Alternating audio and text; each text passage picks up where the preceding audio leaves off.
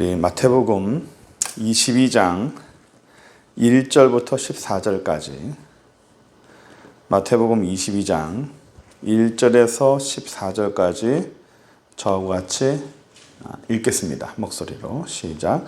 예수께서 다시 비유로 대답하여 이르시되 천국은 마치 자기 아들을 위하여 혼인잔치를 베푼 어떤 임금과 같으니 그 종들을 보내어 그 청한 사람들을 혼인잔치에 오라 하였더니 오기를 싫어하거늘 다시 다른 종들을 보내며 이르되 청한 사람들에게 이르기를 내가 오찬을 준비하되 나의 소와 살진 짐승을 잡고 모든 것을 갖추었으니 혼인잔치에 오소서 하라 하였더니 그들이 돌아보지 않고 한 사람은 자기 밭으로 한 사람은 자기 사업하러 가고 그 남은 자들은 종들을 잡아 모욕하고 죽이니 임금이 노하여 군대를 보내어 그 살인한 자들을 진멸하고 그 동네를 불사르고 이에 종들에게 이르되 혼인잔치는 준비되었으나 청한 사람들은 합당하지 아니하니 네거리 길에 가서 사람을 만나는 대로 혼인잔치에 청하여 오라 한대 종들이 길에 나가 악한 자나 선한 자나 만나는 대로 모두 데려오니 혼인잔치에 손님들이 가득한지라. 임금이 손님들을 보러 들어올새 거기서 예복을 입지 않은 한 사람을 보고 이르되 친구여 어찌하여 예복을 입지 않고 여기 들어왔느냐 하니 그가 아무 말도 못하거늘 임금이 사환들에게 말하되 그 손발을 묶어 바깥 어두운 데에 내던지라. 거기서 슬피 울며 이를 갈게 되리라 하니라. 청함을 받은 자는 많되 택함을 입은 자는 적으니라. 아멘. 오늘 이 본문의 이 비유는 혼인잔치 비유입니다. 혼인잔치는 요한복음 2장에 혼인잔치가 나오죠. 혼인잔치가 이제 두 군데 나오는데 오늘 본문의 이 혼인잔치는 어떤 팩트 사건이 아니라 비유예요. 비유. 천국 비유를 얘기할 때 혼인잔치 비유를 했어요. 어떤 임금이 아들을 결혼을 시키는데 결혼잔치를 베풀죠. 결혼잔치를 베풀 때 초청받은 사람들이 그 초청을 거부해요. 3절을 보시면 청한 사람들이 혼인잔치에 오라 하였더니 오기를 다 싫어합니다. 전부 거부해요. 일반 사람들이 혼인 초청을 한 것이 아니라 임금이 초청을 했는데 거부를 한 거죠. 이거는 굉장한 반역에 관한 겁니다. 그래서 왜 그랬을까라는 것과 또 오늘 본문 보시면 이 본문은 사실 난해 구절이에요. 많은 신학자들 사이에서 설왕설래하고 번역이나 해석이 참 어려운 구절 중에 하나가 바로 이 본문입니다. 특히나 맨 마지막에 있는 14절 청함은 받은 자는 많되 택함을 입은 자는 적다라는 것. 그 다음에 예복을 입지 않은 사람이 초대받았다가 다 쫓겨나는 상황. 그러니까 이걸 가지고 구원을 받았어도 하나님 앞에서 또는 그 구원이 캔슬이 될 수 있다라고 하는 그런 교리와도 사실은 맞을 수도 있는데 이걸 보면 이런 개혁교회 특히나 하나님이 모든 구원을 결정한다라는 이런 개혁교회 교리와는 사실 맞지 않잖아요. 그것과 충돌이 일어나는 것이 오늘 본문인데 사람들이 과연 이게 우리의 그 교회 하나님이 모든 것을 하신다. 모든 구원은 하나님에 의해서 주관이 된다라는 것과 이게 충돌이 나는 건지를 한번 자세하게 보도록 하겠습니다. 먼저 혼인잔치 비유를 하는데 이스라엘의 결혼식의 배경을 좀 우리가 좀 알았으면 좋겠습니다. 이스라엘은 결혼식을 할 때 파티를 하잖아요. 근데 결혼식 파티를 합니다. 결혼식 파티를 하면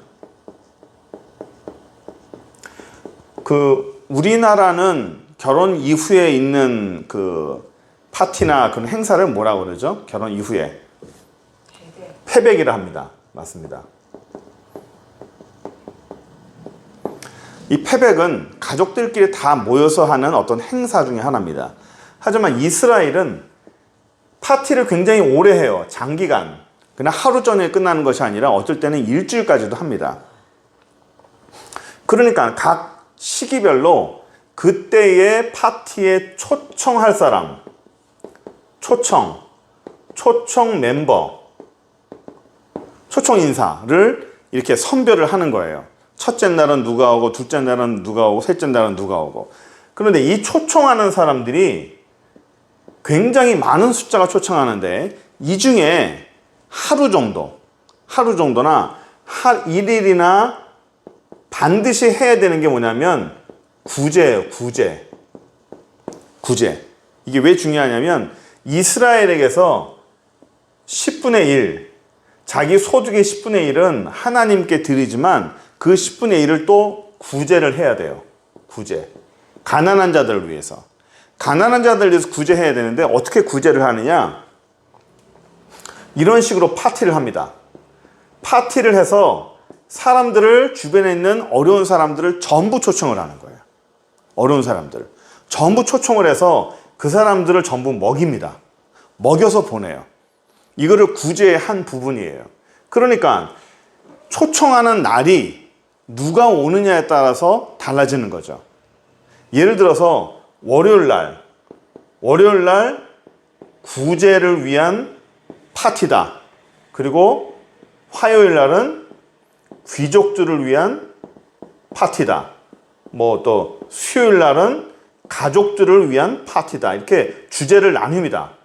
주제를 나눠요. 그래서 이스라엘 사람들은 구제를 위한 파티를 반드시 해야 돼요.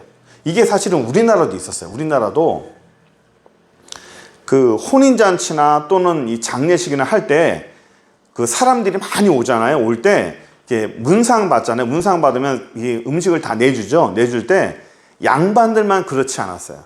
일반 사람들에게도 음식을 다 내줬어요. 내줘서 특히나 일반 평민들이나 서민들은 그 안에서 일을 합니다. 일을 하면서 허드렛 일을 해주면서 갈 때 음식물을 다 챙겨가게끔 해줬어요. 그게 우리나라의 구제 방법이었고요. 이스라엘의 구제 방법은 이 파티 때 이 사람들을 구체적으로 초청을 합니다. 초청을 해서 파티를 벌이는데 여기 보시면 사람들이 이 초청하는 사람이 불렀는데 안 왔다 그랬잖아요. 불렀는데 안 왔어요. 내가 거길 왜 가냐? 라고 임금이 부르는데 안 간 거는 뭐냐면 이날입니다. 이날. 초청된 사람이 나만 초청된 것이 아니라 초청될 때 당신 말고도 이러이러한 사람이 초청이 됐습니다 라고 명단을 같이 보내줘요. 초청 명단을 전체를 보내주고 그 중에 당신이 이렇게 있습니다 라고, 이 가운데 당신이 있습니다 라고 보내줘. 왜 그러냐면 나만 하는 것, 나 말고 누가 오는지가 중요합니다. 왜냐하면 그 사람들의 레벨이 나의 레벨이기 때문에 그래요. 예를 들어서 국회의원들만 다 오는데 거기에 내가 초청됐다. 그럼 나는 무슨 레벨이죠? 국회의원 레벨이 되는 거예요. 그러니까 초청 명단에 누가 있냐가 상당히 중요합니다. 이 명단에 좀 중요한 사람이 없다 그러면 잘 안 가기도 합니다. 그런데 이 명단에 일반 사람들이 구제를 위한 그런 명단이 들어있는데 거기에 내가 끼었다? 그럼 나는 어떤 사람이 되는 거냐면 구제받는 인물이 돼버리는 겁니다. 안 가는 거죠. 내가 왜 거기에 가냐? 내가 왜 그 사람들하고 똑같은 사람이 돼야 되냐? 나는 그들과는 다르다는 거죠. 나는 귀족이고 나는 당신의 귀한 대접을 받고 있는 원하는 사람인데 왜 내가 여기 해야 되냐? 그러니까 이스라엘의 파티에 이런 기준을 말하는 겁니다. 이 파티를 주로 뭐라고 말하냐면 갈라 파티라고 그래요. 갈라. 이건 주로 저녁에 해요. 저녁에. 근데 여기 보면 오찬이라고 그랬죠. 오찬. 오찬은 점심입니다. 점심. 진짜 파티는 저녁에 하는 거예요. 진짜 파티는 저녁에 합니다. 그러니까 중요한 사람들은 저녁에 하고요. 일반 구제는 낮에 했던 거예요. 그러니까 내가 왜 낮에 가야 되며 뜨거운 낮에 가야 되고 일반 평민들이나 구제하는 그런 사람들이 나를 왜 부르냐? 나는 안 간다는 거죠. 그 갈라쇼라는 거 아세요? 갈라쇼? 갈라쇼라고 이 올림픽 스케이트나 이런 사람들이 올림픽 행사가 끝나고 나면 올림픽 메달을 딴 사람들만 따로 모아가지고 쇼를 벌여요. 자기들의 행한 거를. 그걸 갈라쇼라고 그래요. 저녁에. 그러니까 여기 이게 여기서 나온 말이에요. 갈라쇼라는 게. 그러니까 이 사람들이 왜 거부했을까? 우리는 아니 임금이 초청했는데 왜 거부할까로 생각하겠지만 당시의 문화적인 배경이 이런 게 있었다는 거. 그러니까 나와 그 사람들은 다르다는 거. 내가 왜 그 사람들 속에 들어가야 되느냐? 하지만 초청한 주인은 그게 상관없었어요. 그게 상관없고 오면 와야 되는데 임금 입장에서 오면 와야 되는데 네가 왜 안 오느냐라는 거죠. 이게 왜 중요하냐면 여기 보시면 이런 말씀이 있습니다.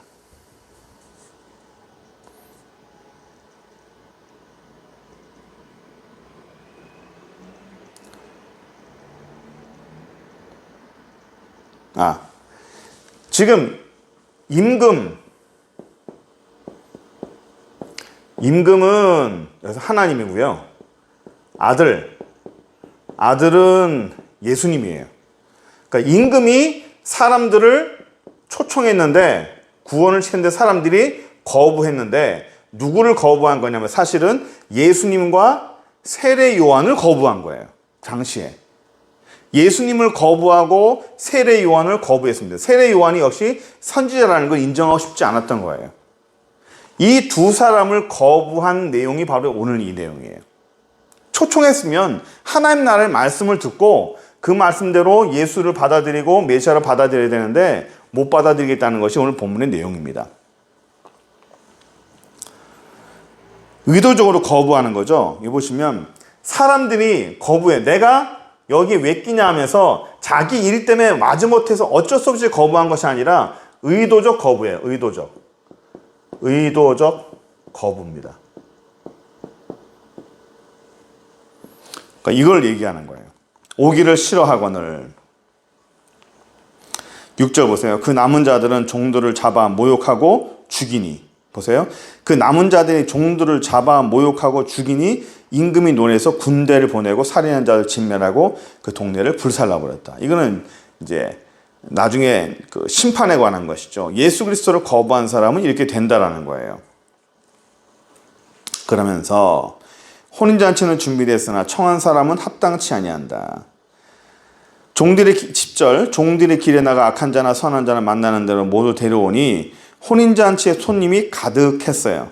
임금이 손님들을 보러 들어올새 거기서 예복을 입지 않은 사람을 봤다. 자, 여기에 이제 문제가 생기는데 혼인잔치에 종들이 나가가지고 초청하지도 않았는데 그냥 다 데리고 왔습니다. 사람을 초청하지 않았는데 그냥 아무나 다 데리고 들어와 버렸어요. 초청이 안 했습니다. 초청을 안 한 사람들인데 무조건 다 데리고 들어왔어요. 그 가운데서 초청받지 않은 사람 가운데서 예복을 입지 않은 사람이 있습니다. 그러니까 이 예복은 뭐냐면 우리나라도 똑같아요. 결혼식의 당사자나 결혼식에 참여하는 사람이나 갖춘 옷을 입죠. 신랑 신부도 결혼식을 위한 옷을 입고요. 또 오늘날도 결혼식 때는 사람들이 깔끔하게 제일 좋은 옷을 입고 갑니다. 이 시대도 똑같았어요. 당사자들이나 일반 사람들이나 결혼식 때 입는 옷이 따로 있어요. 거기에 가장 깨끗하고 가장 좋은 옷을 예를 갖추는 옷을 입고 가야 되는데 예를 들어 작업복을 입고 갔다든지 또는 집에서 입고 있는 그냥 옷을 그냥 나왔다든지 이것을 말하는 겁니다. 결국 중요한 게 옷이죠. 옷. 왕이 임금이 왜 옷을 제대로 안 입었느냐 이걸 가지고 얘기하는 거예요. 예복을 왜 갖추지 않았느냐 준비하지 않았느냐 이걸 가지고 이 사람이 예복을 갖추지 않았다고 해서 이 사람이 추방됩니다. 그 결혼식에서 추방이 돼요. 쫓겨납니다. 볼까요? 12절 이르되 친구여 어찌하여 예복을 입지 않고 여기 들어왔느냐 하니 그가 아무 말도 못하거늘 임금이 사원들에게 말해 손발을 묶어 바깥 어두운 데 내던지라. 거기서 슬피 울며 이를 감히 되리라. 청함을 받은 자는 많되 택함을 입은 자는 적다. 여기서 중요한 게 뭐가 중요하냐면 이 옷이 뭐냐라는 거죠. 성경에서 옷을 말하는 거 제가 그전에도 얘기했지만 성경에서 말하는 옷은 대부분 옷술이라고 그랬죠. 옷술. 그 사람의 신분을 나타내는 옷술이라고 그랬습니다. 그러면 오늘날 여기서 말하는 예복, 예를 갖추는 예복, 어떤 특별한 시점에 특별한 상황에 입는 옷, 그게 어떤 것일까? 성경에서 말하는 옷에 대한 것이 해석하는 것이 몇 가지가 있어요. 그게 뭐냐면 한번 볼까요? 요한계시록 19장 8절입니다. 중요한 구절이에요. 요한계시록 19장 8절 한번 찾아볼까요?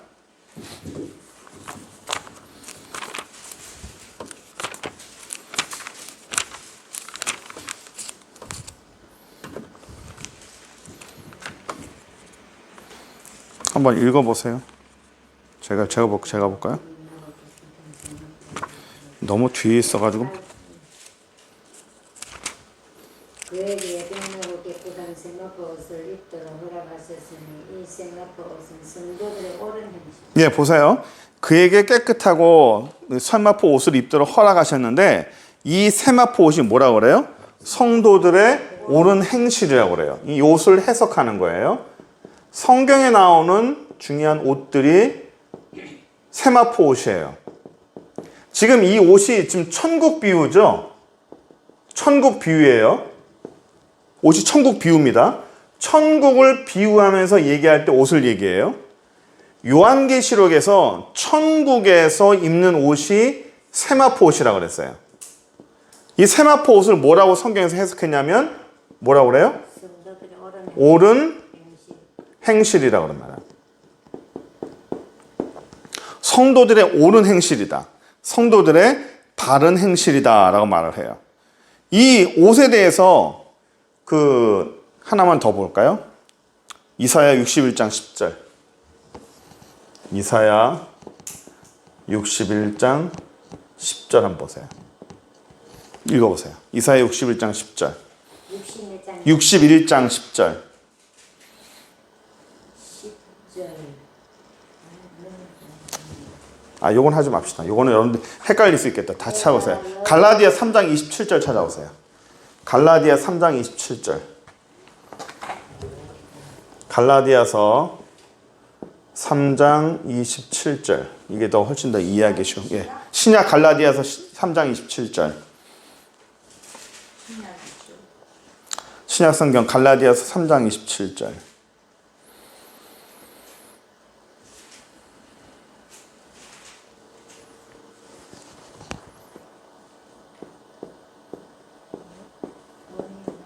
누구든지 그리스도와 합하기 위하여 세례를 받은 자는 그리스도로 옷 입었느니라. 예, 세례를 받은 자는 예수 그리스도의 무엇을 입었다고 그래요? 옷을 입었다고 합니다. 그러니까 성경에 나오는 옷이에요. 중요한 이 옷을 해석하는 거예요. 그러니까 우리가 구원받은 자는 예수 그리스도 옷을 입는데 그 옷을 계시록에는 구체적으로 세마포 옷이다 라고 말을 했어요. 하나만 더 볼게요. 에베소서 5장 9절 찾아보세요. 에베소서 5장 9절. 이 옳은 행실이라는 것을 또 한번 얘기를 해줄게요. 에베소서 5장 9절.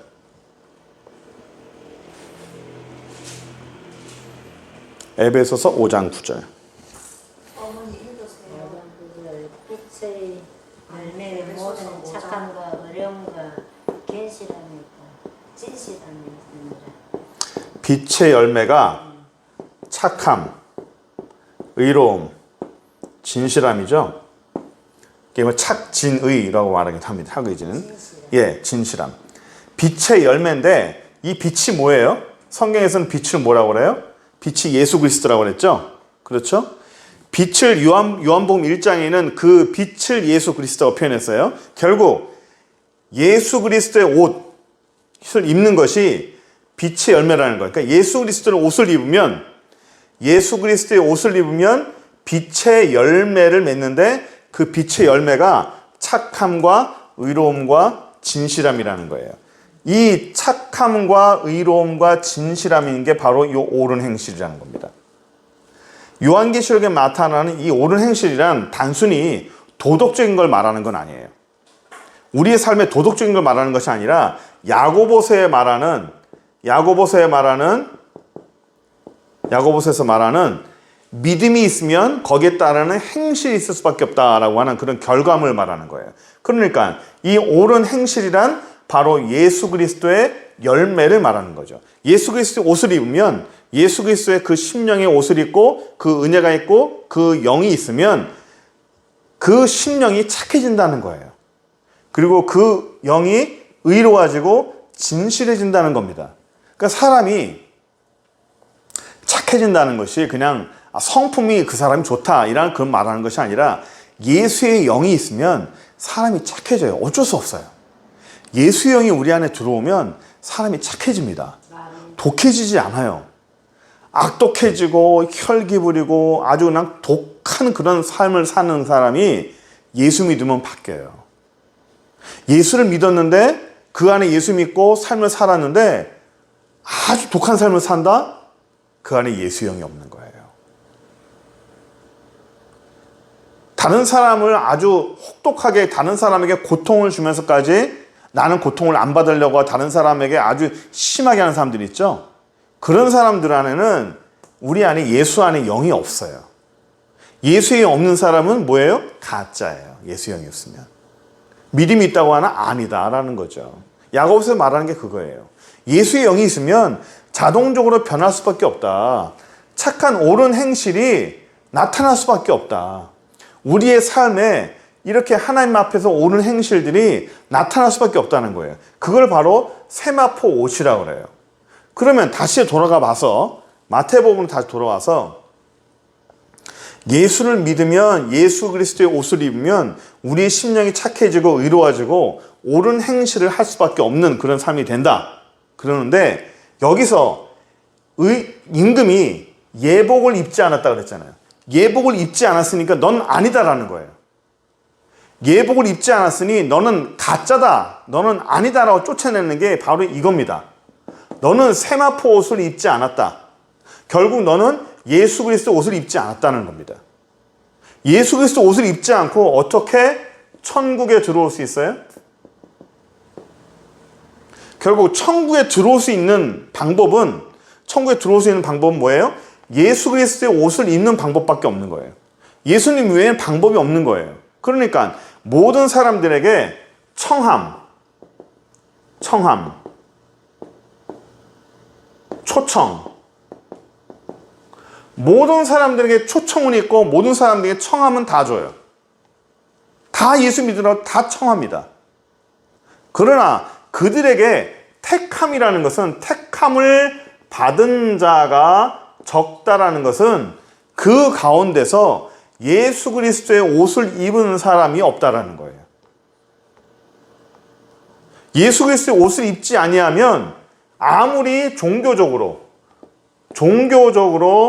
교회 안에 들어와서 무언가를 한다 할지라도 종교적으로 똑같은 일을 해도 예수의 영이 없으면 예수의 옷을 입지 않으면 이런 일이 나타나지 않고 옳은 행실이 나타나지 않는다는 거예요. 그 사람은 가짜라는 거예요. 야고보서에서 말씀하고 하는 내용도 바로 그런 내용입니다. 예수를 믿었느냐? 예수의 영이 있느냐? 반드시 너는 변할 수밖에 없다. 예수의 생명이 있느냐? 그러면 예수 안에서의 올바른 행실들이 옳은 행실들이 착함, 의로움, 진실함 또는 성령의 9가지 열매 사랑, 희락, 화평, 오래 참음, 자비, 양선, 충성, 온유, 절제 이런 것들이 당연히 있을 수밖에 없다는 거죠. 그런 게 하나도 나타나지 않고 착함, 의로움, 진실함이 하나도 나타나지 않고 옳은 행실이 하나도 나타나지 않는다. 그 사람은 예수의 옷을 안 입었다는 거예요. 그래서 예수의 옷을 입지 않고 종교적으로만 종교적으로만 초청 와서 그 자리에 앉아 있는 사람은 옷을 입지 않았다는 거예요. 그래서 너는 나가라는 겁니다. 그게 바로 오늘의 해석이에요. 구원 받았어도 내가 옳은 행실을 종교적인 옳은 행실을 하지 않으면 내가 구원이 탈락된다라는 그런 뜻이 아니고 바로 이런 내용이에요. 이런 배경들, 즉 성경에서 옷이라는 걸 해석할 때는 성경의 해석은 항상 성경으로만 해석이 되는 게 가장 중요하고 가장 옳은 방법이에요. 성경이 성경을 해석하는 거예요. 인간적으로 해석하는 것이 아니라 성경이 성경을 해석하는 겁니다. 그래서 혼인잔치의 비유는 바로 이런 거예요. 그래서 중요한 게 목적이 뭔지, 어떤 것이 중요한 것인지. 그래서 우리가 옷에 대해서 잠깐 봤어요. 옷. 우리가 그전에는 옷술에 대해서 봤죠. 옷술. 바디메오도 그렇고 사울의 옷술도 그렇고 다윗이 사울의 옷자락을 자른 것도 옷자락이 아니라 옷술이라고 그랬죠. 옷술. 그 사람의 신분을 나타내는 거. 신분이 똑같아요. 세마포도 똑같아요. 세마포 옷은 항상 하나님 앞에 거룩함을 입은 그런 옳은 행실을 한 사람이라고 말합니다. 또 하나 요한계시록에는 흰옷 입은 자도 말하죠. 흰옷 입은 사람. 모든 환난을 겪고 통과한 사람들에게 흰옷을 입혔다라고 얘기합니다. 그러니까 자격을 얘기하는 거예요. 자격을. 그런 사람들. 그러니까 예수 그리스도의 피로, 예수의 피로 적시고 예수의 피로 용서된 사람들을, 또 고난을 통과한 사람들을 흰옷을 입은 사람, 그리고 옳은 행실을 한 사람, 세마포 옷. 그게 바로 예수 그리스도의 옷이다. 그 옷은 빛의 열매로 착함, 의로움, 진실함에 말한다라는 것으로 우리가 해석할 수 있습니다. 그래서 중요한 거기 때문에 오늘 여기까지만 하고, 예수님 안에서 이러한 옳은 행실들이 우리 안에 나타나면서 예수를 믿으면 당연히 변화할 수밖에 없다는 거. 우리가 야곱처럼 한꺼번에 안 변해도 매 순간순간마다 끊임없이 변화해야 되고 끊임없이 주 안에서 변화를 요구하는 저희들 되어야 한다는 사실을 우리가 기억하면서 말씀 마치겠습니다. 기도하겠습니다. 전능하신 하나님 감사합니다. 예수 안에서 우리의 진실함을 허락하여 주시고 믿음으로 살게 하시고 은혜로 살게 하시고 여호와의 영광 가운데 믿음의 귀한 삶을 살아갈 수 있도록 주여 축복하시고 인도하여 주옵소서. 예수 그리스도의 이름으로 기도드립니다. 아멘.